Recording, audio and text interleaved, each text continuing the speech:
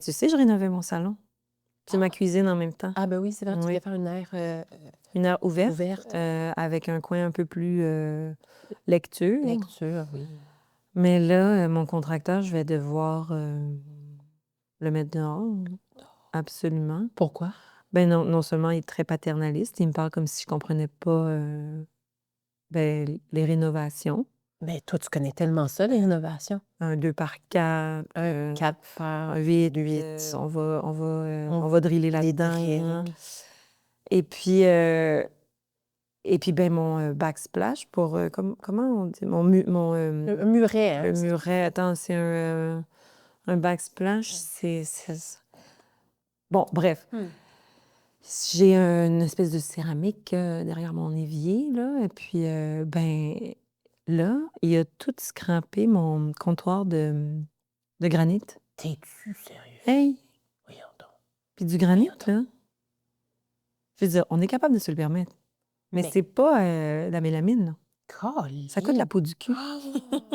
Puis Dieu sait que, genre, un cul, quand ça coûte la peau du cul, c'est difficile de s'asseoir après, ça fait mal. Ça fait mal. Puis bon, on avait hésité quartz, granit, puis on trouvait que granit, ça sonnait un petit peu plus riche.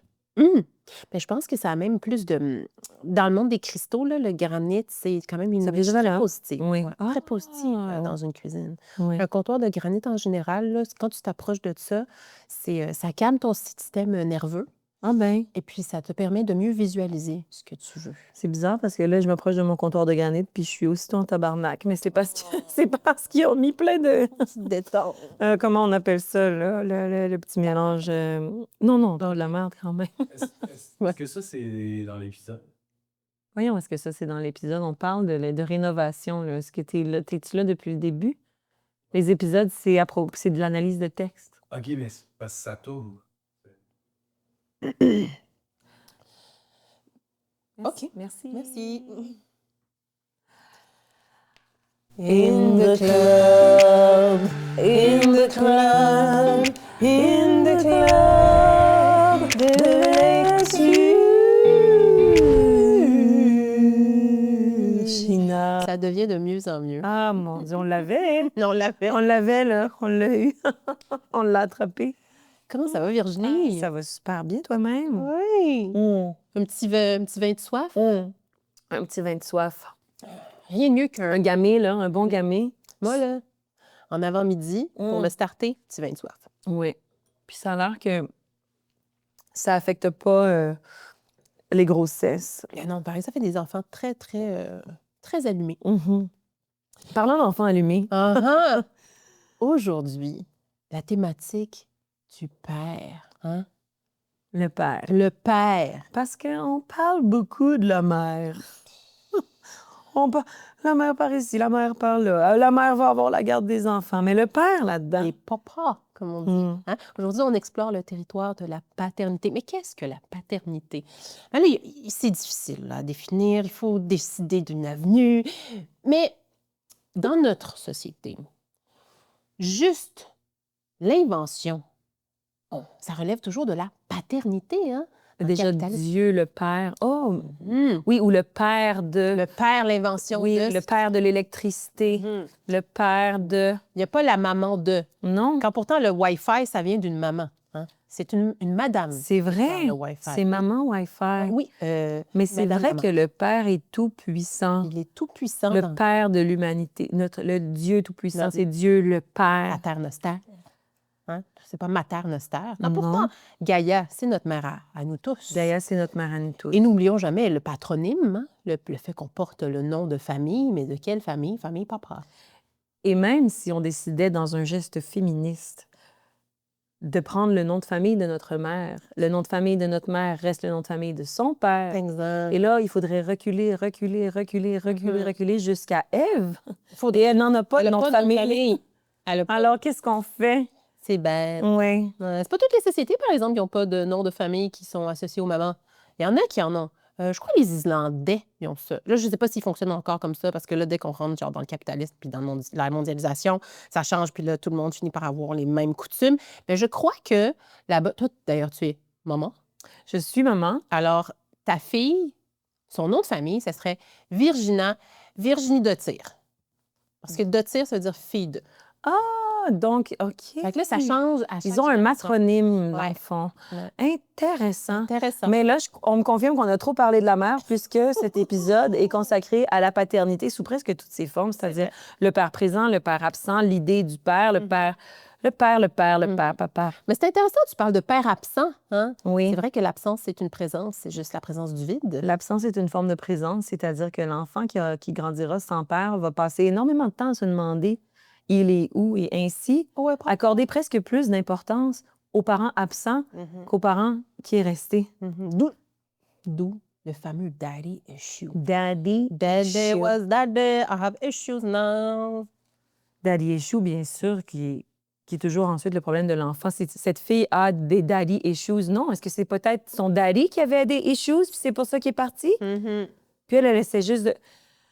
Je sens qu'on a un épisode étoffé. Je sens que tu vas peut-être... T'es peut-être partie, là. Ah, je suis en train de sortir de mes gonds. Oupsie! Oupsie! Mais là, on va revenir dans notre voie principale. Moi, j'ai le goût d'explorer une chanson sur la paternité, une chanson québécoise. Yeah. C'est rare qu'on commence par une chanson québécoise. C'est vrai, c'est rare. Oui. Hein? Mais là, je me sens différente aujourd'hui. On ne parle pas des mamans, on parle des papas. Je te parle d'une chanson sortie en 1997 par le groupe Okoumé. Ah, et ça, il n'y a pas plus québécois que ça. C'est assez... Le bois n'est pas québécois parce que c'est une sorte de bois Okoumé. Je ne savais pas. Ah. C'est une sorte de bois. Le groupe, on ne peut pas avoir plus québécois que ça. L'Okoumé, je ne pense pas que c'est un bois québécois. C'est un bois qu'on utilise pour dans le milieu de la navigation, je pense. Une sorte de bois un peu... Un bois de bateau, là. Un bois de bateau, un bois de marin. Un bois de marin. Et la chanson, c'est « À l'enfant que j'aurai ». C'est un papa qui écrit à l'enfant qu'il aura. Je pense que tout est bien dit dans le titre. Alors, on ne sait même pas s'il sera un jour papa. C'est un papa qui espère être papa. Ouh, fais attention à ce que tu dis, parce que dans cette chanson-là, il y a tout un reveal à la fin. Non. Mais je ne veux pas le brûler. Je vais commencer par le début. Chanson qui est sortie en 97. C'est quoi le contexte historique en 97? Il y avait encore des Eaton. Il y avait encore des Eaton. Et puis Titanic allait sortir et faire un tabac, là. Ah oui, éminemment. C'est vrai, Titanic, c'était une année de tout ça. Mais les magasins Eaton, ils étaient en déclin, par exemple, les magasins Eaton, mais il y avait encore des Eaton. Jacques Villeneuve remportait des prix. Jacques Villeneuve avait gagné, donc, comment ça s'appelle? J'ai appris, là, les prix de, tu sais, tu tournes à gauche, tu tournes à droite, tu vas la vite. Formule 1, là, mais il avait gagné le Grand Prix, en fait. Le championnat C'est ça? du Grand Prix, là. Il avait fini champion. Oui, là, à un point tel, là, il s'était bleaché les cheveux. Hey, tous les gars voulaient se bleacher les cheveux en 97. Oui. Ça, là, il faut le rajouter. Qu'ils en aient ou pas. Hein? Ouais. Oui. Mais ça va mieux quand on en a, parce qu'au moins, on peut voir le bleach. Oui. Alors, beau moment pour Jacques Villeneuve. Le salaire minimum était à 6,80, toi. Eh bien, mon Dieu, pour 6,80 $, qu'est-ce qu'on peut s'acheter aujourd'hui? Un demi-burger. Et encore, peut-être que quelqu'un a déjà pris une bouchée dans ce demi-burger-là. Et c'était la naissance de Ludivine, la petite fugueuse de TVA. Bon, voilà. Ah bon. L'année de naissance de la petite fugueuse. Alors, le groupe Okoumé, notamment dans ce groupe-là, il y a les frères Jonathan et Éloi Pinchot qui viennent des îles. Et à cette époque-là, ils commencent à se faire connaître avec cette chanson-là. Et ils font même la première partie de Kevin Parent, qui 2 ans auparavant avait fait lui aussi une chanson sur la paternité. C'est vrai. J'ai l'impression que le Québec était de plus en plus ouvert aux hommes qui expriment leurs émotions.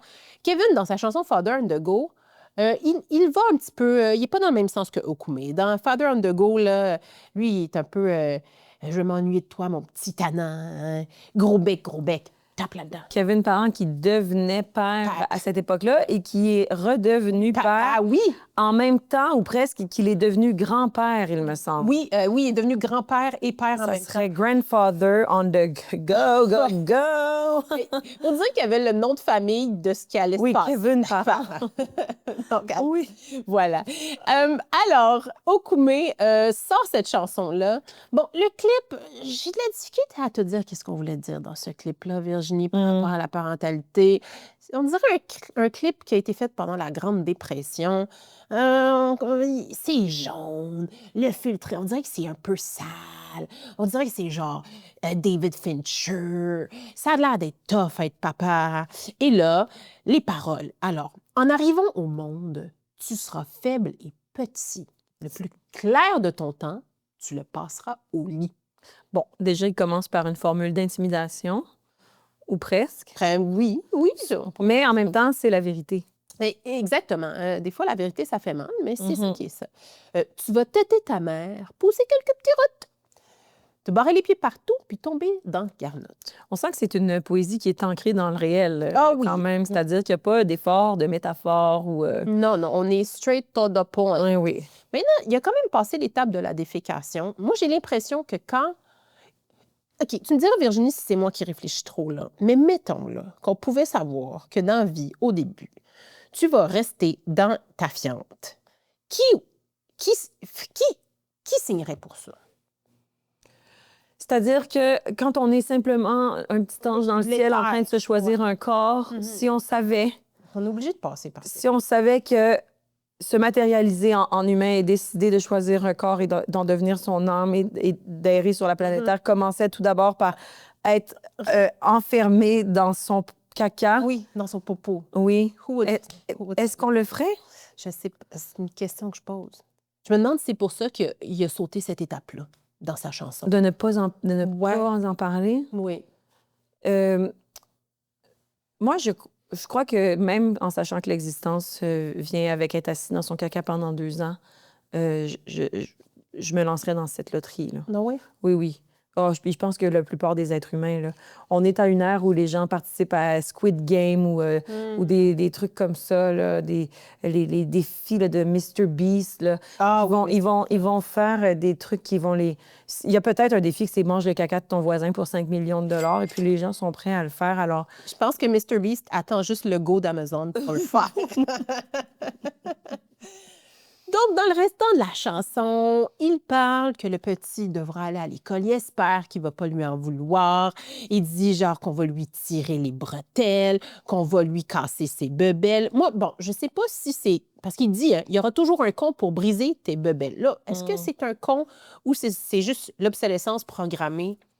ouh, peut-être. Mais je sens que c'est une chanson qui fait beaucoup de projections. C'est-à-dire, on sent un père qui a peur que son enfant vive ce que lui a vécu. Je pense, moi aussi, c'est ça. Ils ont eu une adolescence rough, hein, parce que là, il dit, il va devenir grand, il va vouloir imiter les vieux, il va rentrer à 4 pattes aux petites heures du matin parce qu'il aura fumé du hache avec ses petits copains. Ben là, voyons, si on dirait que c'est un journal intime là, de ce que lui a fait dans son passé. Et là, je veux pas brûler de punch. Je veux que vous alliez écouter cette chanson-là de 1997. Mais là, il va quand même falloir que je vous dise c'est quoi le reveal. Alors, attache ta tuque, Virginie, même si tu n'en as pas une, la tuque métaphorique, qui fait en sorte que tu as une magnifique chevelure. Merci. Alors, la fin de la chanson, c'est « N'hésite pas à appeler plusieurs fois par semaine. Si tu as besoin d'argent ou bien si tu as de la peine. On ira boire une bière. Je te chanterai la chanson que j'ai écrite quand j'ai oublié de mettre un condom. » Ah! Il a oublié de mettre un condom. Oublié de mettre un condom. Un oubli est si vite arrivé, hein? Non, mais c'est parce que oublié de... Donc, lui, il a oublié de mettre un condom. Il a oublié de mettre un condom. Ça, c'est avoir confiance en son sperme, hein? Parce que c'est pas parce que nécessairement tu oublies de mettre un condom que forcément il y aura grossesse. Ça nécessite une suite oui, d'événements. D'événements. Qui s'enchaînent, bien alignés. Il se prend pas pour de la merde, le petit pain chaud. Non, non, le petit pain chaud se prend pas pour de la merde. Mais je dois, moi, quand même, je dois trouver que c'est quand même pas si pire. Parce qu'au moins, il le dit. Il dit que c'est lui. Il aurait pu finir sa chanson par on ira boire une bière, je te chanterai la chanson que j'ai écrite quand ta mère a oublié de prendre la pilule. Ah, c'est vrai que ça aurait pu. Il aurait pu mettre ça sur le dos de quelqu'un d'autre, là. Fait qu'au moins... Mais pilule, ça rimait moins avec chanson. Je pense que oui. Oui, hein, c'est vrai que ça rime moins. Oui. Donc voilà, moi, c'est l'une de mes premières chansons comme ça qui m'a fait réfléchir à la paternité. Mais là, tu parles ici d'un père qui a une paternité peut-être accidentelle, mais qui est prêt à l'assumer et puis qui en rêve pratiquement. J'ai envie de te répondre avec une chanson qui va à l'opposé, une chanson de 1982 que tout le monde a déjà entamée comme si c'était simplement un air festif et non problématique. Je parle de Billie Jean de Michael Jackson. Billie Jean. Billie Jean de Michael Jackson, excellente chanson. Ah oui. On entend, c'est très difficile de ne pas se laisser enivrer par le rythme. Et Billie Jean, c'était quand même sur un album incroyable de Michael Jackson. On le retrouvait sur Thriller. Donc, sur cet album, il y avait aussi Thriller, ainsi que la chanson Beat It. On parle ici vraiment d'une année, d'un album foisonnant pour Michael Jackson. Sauf que, bon, quand on s'attarde aux paroles, on se rend bien compte que ce n'est pas nécessairement festif et c'est peut-être même une chanson plutôt triste. Ah oui, c'est triste. Oui, parce que je crois que c'est un typique cas de paternité qui, normalement, serait réglé sur une émission de type Le Maury Show ou Jerry Springer. Michael, you are the father. Oui, parce qu'on nous raconte... en fait, c'est Michael qui... Et là, je vais interpréter le début de la chanson. Oui. Mais tu vois, j'aurais aimé ça, voir ça sur Jerry Springer parce que j'arrive pas à savoir de quoi elle a l'air Billie Jean. Ben, en fait, elle a l'air d'une reine de beauté et ça, c'est ce que Michael nous annonce. Oui, as she crossed the scene. Dès les premières paroles de la chanson qui vont comme suit. Je vais les traduire et vous les interpréter. Est-ce que tu veux que je fasse un beat? Si le cœur t'en dit, mais c'est pas nécessaire. OK, j'en prends bonne.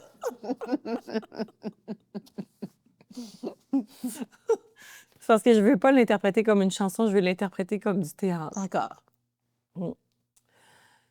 Elle était plutôt comme une reine de beauté tirée d'un film. J'ai dit, pardon, mais qu'est-ce que vous voulez dire? Je suis celui-là qui va danser sur le plancher en rond. Elle a dit que je suis celui-là qui va danser sur le plancher en rond. Elle m'a dit que son nom c'était Billie Jean et elle a causé tout un elle a causé tout un fracas. Et puis toutes les têtes se sont retournées avec leurs yeux qui rêvaient d'être celui-là qui dansera sur le plancher en rond. Les gens m'ont toujours dit, fais très attention à ce que tu fais. Ne va pas un peu partout à briser les cœurs des jeunes filles. Hi, hi! Et ma mère m'a toujours dit, fais attention qui tu aimes. Fais attention à ce que tu fais, parce qu'un mensonge devient la vérité. Billie Jean, elle n'est pas mon amoureuse. Elle n'est qu'une simple fille qui dit que je suis celui-là. Mais l'enfant n'est pas mon fils. Elle dit que oui, c'est moi. Mais l'enfant n'est pas mon fils. C'est une chanson, en fait, qui illustre magnifiquement le luxe que c'est que d'être le géniteur et non la mère. C'est une chanson au sujet d'un géniteur. Et Billie Jean, tu l'as dit, elle n'a pas de visage. Non. On ne sait pas de quoi elle a l'air. La pauvre. Puis même dans le clip, c'est quoi le clip? Ça doit être Michael qui danse. Oui, c'est lui qui danse avec le gars qui le suit puis qui prend des photos. Exactement. Alors, un cas type de « Hey, on va faire confiance à Michael ». Si Michael dit qu'il n'est pas le père, on va croire Michael parce que Billie Jean, c'est qui dans cette histoire-là? Il y a ici une espèce d'abus de pouvoir. En même temps, avec le temps qui a passé, on a vu comment il était Michael. Et oui. Bon. C'est sûr que ça devient délicat de parler de Michael Jackson. On serait vraiment content, dans le fond, qu'il ne soit pas le père de cet enfant-là, finalement. Mais moi, ce qui me choque, ce qui me saute aux yeux dans cette chanson-là, c'est la facilité avec laquelle on danse sur une chanson essentiellement très masculiniste au final. C'est-à-dire, non, ce n'est pas mon enfant. Il n'y a pas question de « j'ai passé un test de paternité et finalement, c'est vraiment pas moi ». Non, non, on ne fait que se fier au dire de Michael. Alors que, très souvent, plus souvent qu'autrement, si une femme soupçonne un homme d'être le père de son enfant, elle le sait la plupart du temps. Qui c'est qui est rentré dans le cadeau? Le canal de Panama, comme ça fait l'appel. Et puis, donc, on a ici non seulement un père absent, mais un père qui veut tellement se dédouaner de cette paternalité-là qu'il en écrit une chanson. Moi, j'ai même l'impression qu'il édulcore son rôle là-dedans. Il nous dit pas, là, fait juste dire, oh, on a dansé. Danser comment? Danser comment? Hein? Oui, bien sûr, ce sont des images très douces et aucunement incriminantes, alors qu'il dit danser en rond comme ça. Ce qui pourrait nous rappeler, par contre, la danse que les oiseaux font avant de s'accoupler. C'est sans doute ce genre de danse dont Michael parle. Mais c'est un très bon danseur, en plus. Excellent danseur. Peut-être un très bon menteur aussi. Et bon, là, je vous disais que cette chanson-là est sur l'album Thriller. Et on retrouve aussi la chanson Beat It. Oui. Et Beat It, ça veut dire va-t'en. Hein? Je ne sais pas si Beat It et Billie Jean, il y a quelque chose à voir comme un lien dans tout ça, parce qu'on parle ici dans Beat It de quelqu'un qui veut éviter le conflit, quelqu'un qui veut éviter la bataille, qui dit si tu te rends compte que tu t'en vas dans quelque chose de dangereux, genre beat it, t'as pas d'affaires ici, beat it. Alors, est-ce que ce serait le Beat It d'un autre homme dans la vie de Billie Jean, d'un homme qui lui dit « Hey, tu devrais reconnaître ta paternité, beat it », tu sais. Alors, nous, on a dansé, finalement, sur des chansons profondément tristes, au final. C'est triste parce que moi, je me demande qu'est-ce qui s'est passé. Billie, là, elle a entendu ça. Qu'est-ce qui s'est passé? La pauvre Billie. Qu'est-ce qu'elle a pu faire, Billie? Jean? Qu'est-ce qu'elle a pu Rien faire? Non seulement il s'en fout. Il s'en fout, mais en plus, il s'en fout tellement qu'il écrit une chanson. Ouais. Puis là, elle rentre plus dans ses jeans. Parce qu'elle est enceinte. Dans ses Billie Jeans. Mais c'est souvent ça, la musique. Dès qu'on met n'importe quoi sur de la musique, ça passe.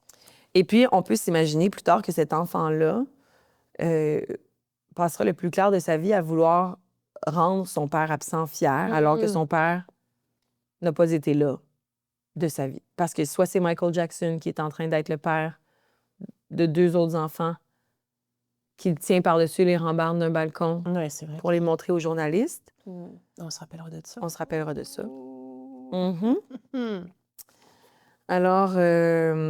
Alors voilà, Michael Jackson. Mais bon, il y a des histoires plus heureuses quand même aussi là, de paternité dans la chanson. Oui. Oui, quand même. Moi, j'en ai... Oui. Oh! Oui, je pense à une autre sorte de papa. C'est plus heureux, mais c'est triste, Virginie. Il y a de la tristesse là-dedans, je ne te mentirai pas. C'est l'histoire de Petit Papa Noël. Oui. Petit Papa Noël. On a oublié le Père Noël dans notre figure paternelle, dans l'imaginaire collectif. Dieu le Père de l'électricité, puis le Père Noël. Le Père Noël, on dirait que c'est un petit peu une sorte de père. Il est aux cieux, mais dans les cieux, genre, tu sais, la stratosphère. Il n'est pas les cieux comme en haut, là, ionosphère et puis les autres affaires dont je me rappelle moins. Les autres sphères. Mais, tu sais, il est comme dans... Où est-ce que les avions?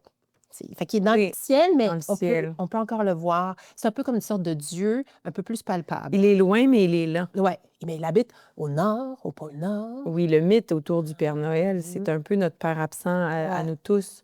On ne l'a jamais vu, mais il faut qu'on lui croie. Il faut qu'on croie. Puis il entend nos prières, hein, oui. Le Père Noël. Je te parle de Petit Papa Noël parce que c'est une chanson qui, en fait, la version qu'on connaît, c'est pas la version originale. La version qui a été popularisée, elle a été popularisée par Tino Rossi, qu'on appelait le Napoléon du disque, l'empereur de la romance, ou encore le rossignol du siècle. Non, mais tu sais, quand on dirait que ce sont tous des surnoms qui s'est auto-octroyé? Bien, je te dirais qu'il y a quand même raison d'avoir des aussi beaux noms comme ça pour le désigner. Il faut dire que le simple Petit Papa Noël, c'est le plus vendu en France avec Ne me quitte pas.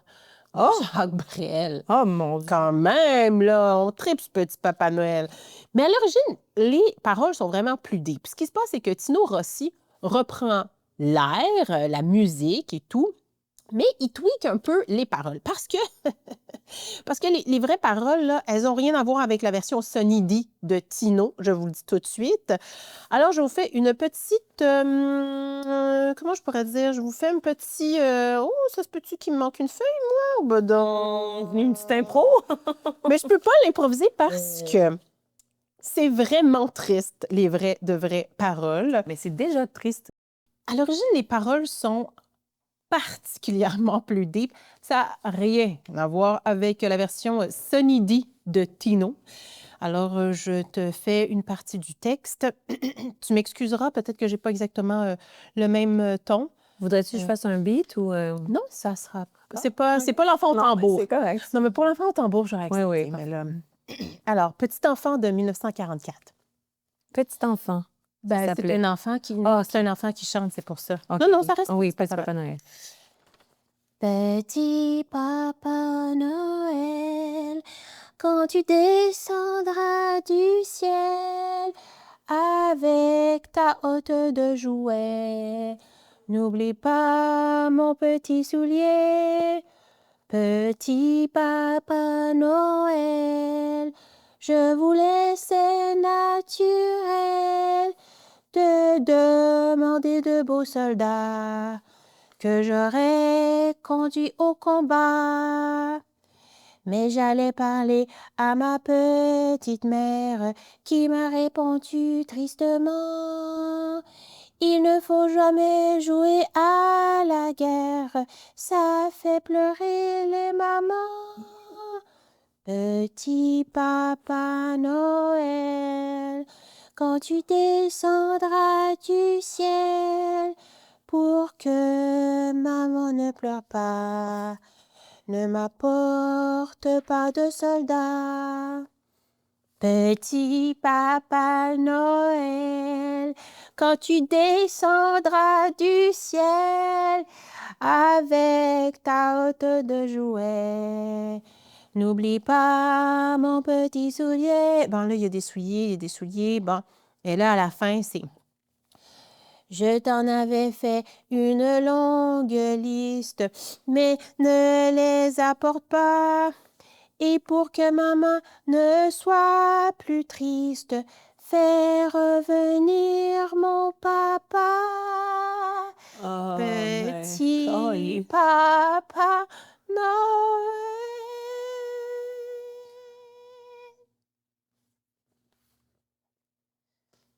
C'est deep, hein? On se doutait. On se doutait que, malgré les paroles changées, on se doutait qu'il y avait l'histoire que Petit Papa Noël, d'une certaine façon, c'était la symbolique du père, peut-être mort à la guerre. Les paroles originales évoquent la prière d'un enfant, tout à fait, qui demande au Père Noël le retour de son papa prisonnier de guerre en Allemagne. Il me tarde tant que le jour... Ça, c'est passé où, ce bout-là? Là? Ben, il a fallu que je skip un peu, là. C'est à l'heure.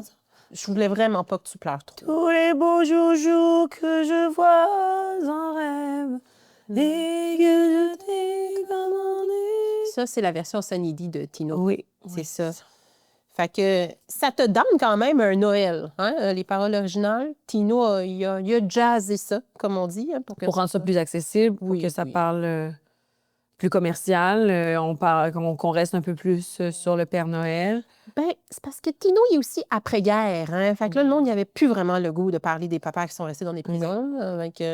Mais il faut dire que les enfants des années 40, début des années 40, ne demandaient pas des iPads. Bon, ça n'existait pas. Des papas. Ils demandaient juste là, ouais. Ou d'autres soldats, ou des soldats pour jouer à la guerre. Ouais. Mais ça fait pleurer les mamans, fait que finalement, ils demandaient. Effectivement, ça fait pleurer les mamans. Donc, c'est une autre forme de père absent, mais c'est un père absent qui a une bonne raison. Qui est absent parce qu'il voulait justement pouvoir subvenir à sa famille ici. C'est deep, hein? Ben, c'est très deep. Joyeux Noël. Joyeux Noël. J'aimerais alors, si tu me permets... Absolument. Il faut changer l'air. L'air est saturé. On va terminer avec une chanson presque joyeuse parce que c'est une ode à un papa présent Oh, Euh, la chanceuse ou le chanceux. Et c'est en fait, une ode à une maman qui a bien choisi un papa. Et je parle ici, bien sûr, de Linda Lemay, qui nous chante en 1994 Le plus fort, c'est mon père, Ah oui. tiré de son album Y. L'album s'appelait que Y. C'est quelque chose que... Ben, des deux chromosomes. X et Y, exactement. Oh, mais elle a de la suite des idées, cette femme-là, quand même. Donc, c'est une chanson, bien sûr, qui dépeint un père qui est resté, mais à travers la tristesse d'une femme qui, elle, semble avoir de la difficulté à trouver un homme qui restera comme son père. Hmm. Alors, c'est sûr que quand on entend un titre qui dit « Le plus fort, c'est mon père », on a l'impression qu'on va parler d'un homme fort qui brise des arbres à main nue, qui mange des clous, qui est sur la testostérone, un homme fort. Parce que souvent, l'image qu'on se fait d'un homme fort, c'est un homme qui est physiquement fort, alors que lorsqu'on parle d'une femme forte, on parle d'une femme qui est capable de nommer ses envies, ses désirs. Une femme forte, souvent, c'est qu'elle elle n'a pas peur de ses opinions. C'est vrai. Alors qu'un homme fort, c'est un homme qui est capable de soulever des choses. Mais là, ce que je remarque dans cette chanson-là, c'est que la force du père, c'est celle d'être un père qui est là, et un père qui est présent, un père qui est un bon amoureux, en fait. Et... mais la présence, c'est quand même demander un minimum. Exactement ce que j'allais dire, c'est qu'on dépeint un homme qui est fort parce qu'il est resté, mais me semble que c'est bien la moindre des estis d'affaires, comme on dit en littérature. Par contre, si on s'attarde aux paroles de la chanson, vous verrez qu'elle est presque prophétique des relations éphémères, sans attache d'aujourd'hui, dont souvent les hommes sont responsables. Alors, comment t'as fait, maman, pour savoir que papa, beau temps et mauvais temps, il ne partirait pas? Est-ce que tu en étais sûre ou est-ce que tu savais pas? Est-ce que les déchirures, ça se prévoit? OK? Et là, bon, elle chante, là, toutes les paroles ressemblent vaguement à ça. Là, t'as de la chance, maman, le plus fort, c'est mon père. Comment t'as pu trouver un homme qui a pas peur, qui promet sans trembler, qui aime de tout son cœur? Elle dit, explique-moi donc ce qu'il faudrait que je raconte. Parce que là, elle dit, t'as de la chance, maman, le plus fort, c'est mon père. Quand j'ai l'air de les aimer, les hommes changent de regard. Si j'ose m'attacher, ils se mettent à m'en vouloir. Si je parle d'avenir, ils sont déjà loin derrière. J'avais raison de le dire, le plus fort, c'est mon père. Oh, mais ça, c'est-tu un complexe d'Électre aussi, là? Intéressant. Mais moi, je pense sincèrement que c'est plutôt le problème avec lequel nous jonglons aujourd'hui dans les relations hétérosexuelles, souvent, où un homme, dès le départ, va sembler complètement amoureux, complètement disponible, complètement chaviré par notre simple présence. Et dès qu'on montre la même chose en retour, ninja, ils sont disparus. Je ne l'ai jamais vu, je ne l'ai jamais connu. Où est-ce qu'il est disparu? Qui parle? Et pour mettre un peu en contexte, cette chanson-là, c'est en 94, donc c'est un petit peu avant la relation de Linda Lemay avec Patrick Huard. Oh my God! Donc, à ce moment-là, on espère qu'en Patrick Huard, elle a trouvé l'homme aussi fort que son père. Par contre, avec Patrick Huard, elle aura un enfant en 1997, Jesse Huard. Et puis, on se rappelle, bien sûr, leur séparation très médiatisée. Linda Lemay s'est effondrée en spectacle en se disant « Mon chum vient de me laisser ». Ça a été très triste. Et en 96, Linda Lemay, on sent que beaucoup de sa poésie part de sa vie, de ses expériences personnelles, comme la plupart des gens. Mais elle a peur vraiment de ce que l'homme va lui causer comme peine, parce que Linda Lemay, quelques années plus tard, sort Les souliers verts. Et Les souliers verts, c'est une chanson sur l'adultère. Une chanson où elle trouve des souliers. Donc, on sent que sa confiance en les hommes, elle est brisée parce qu'elle a mis aussi son père sur un piédestal. Les parents de cette époque-là, les parents de Linda Lemay ont possiblement aussi tendance à cacher des informations aux enfants. C'est-à-dire que c'est facile de romancer la relation des parents de Linda Lemay. Et là, je ne veux pas du tout throw shade à la relation des parents de Linda Lemay qui semble idyllique là-dedans. Mais le plus fort, c'est mon père. Peut-être que le plus fort, c'est ton père, oui, mais peut-être aussi qu'il y a des informations qu'on cache à nos enfants. Et puis, une pression des couples de cette époque-là de rester ensemble malgré les intempéries, de l'idée de la famille, du couple qui reste soudé. Peut-être que c'est ça, finalement, qui était un peu toxique et qui fait que les hommes aujourd'hui, ou parfois même les femmes dans les relations hétérosexuelles, choisissent de ne pas travailler sur un couple et d'aller plutôt vers leurs désirs les plus charnels et les assouvir dans l'immédiat et donc causer... Ça, c'est la faute d'Amazon. C'est la faute d'Amazon. Ouais, je me dis, à un moment donné, à force de ne jamais être frustré, de ne jamais travailler pour qu'est-ce qu'on veut. De toujours avoir trop, tout facilement. Non seulement, je veux avoir tout de suite, immédiatement, cette balayeuse Roomba qui va faire le ménage de ma maison toute seule. Je la commande, elle arrive demain. Alors, je m'attends de cette Roomba la même chose des humains, c'est-à-dire je peux les avoir maintenant, demain, et m'en débarrasser plus tard. Bye-bye. Donc, voilà, le plus fort, c'est mon père de Linda Lemay. Et Linda, qui, si vous voulez des nouvelles, à 56 ans, aujourd'hui, a décidé qu'elle était finalement une célibataire endurcie qui ne cherche plus l'amour. Alors, je crois qu'on aurait pu deviner ce destin en s'attardant un petit peu plus longtemps à ses paroles. En même temps, c'est quand on arrête de chercher qu'on trouve des fois. Oui, mais c'est parce que... Ah oui, OK. Je pensais que ce que tu voulais dire, c'est que normalement, on trouve à la dernière place où on cherche, mais c'est parce qu'on arrête de chercher une fois qu'on a trouvé, tu sais. Une fois qu'on a trouvé, on arrête de chercher, mais c'est vrai qu'il faut arrêter de chercher pour trouver parfois. Mais comme toi avec ton comptoir. Ben, oui, mais je l'ai trouvé, mon comptoir. Mais ils me l'ont scrappé. Oui, c'est vrai, ils l'ont scrappé. Mais à un moment donné, t'as arrêté de chercher, le granit est venu à toi, là. Oui, mais ça a quand même été une suite de, bon, on va à la Tuilerie, puis on va voir, tu sais, il y a des grands entrepôts là, sur la 40, là, où est-ce que tu peux aller voir là, des blocs de granit, des blocs de quartz. C'est comme si on était dans une espèce de grotte, mais toutes déjà lustrées, là. Parce que ce sont comme des gros morceaux de pierre, mais qui ont été déjà travaillés, là. C'est pas... Parce que essentiellement, c'est ça, là, quand on y pense, du granit. C'est de la grosse pierre. Grosse pierre. Des gros trous dans le sol. Ça vient. Des trous dans le sol. Des gros trous dans...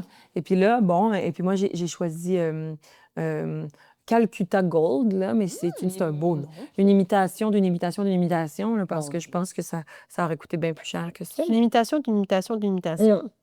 Du vrai Calcutta Gold, là, qui devrait coûter la peau des fesses. Mais c'est pas... C'est gold ou... Ah, mais en fait, c'est blanc, mais avec...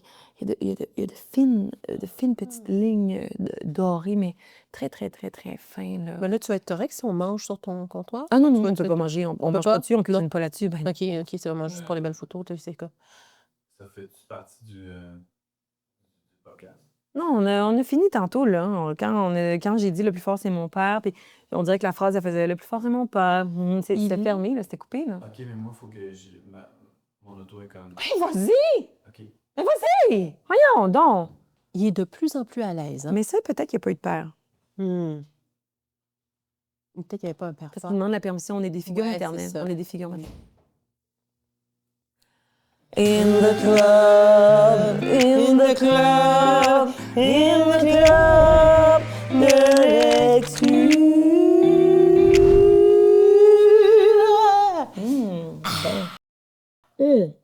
Et Petit Papa Noël, c'est deep, pareil. Oh, Petit Papa Noël, quand même.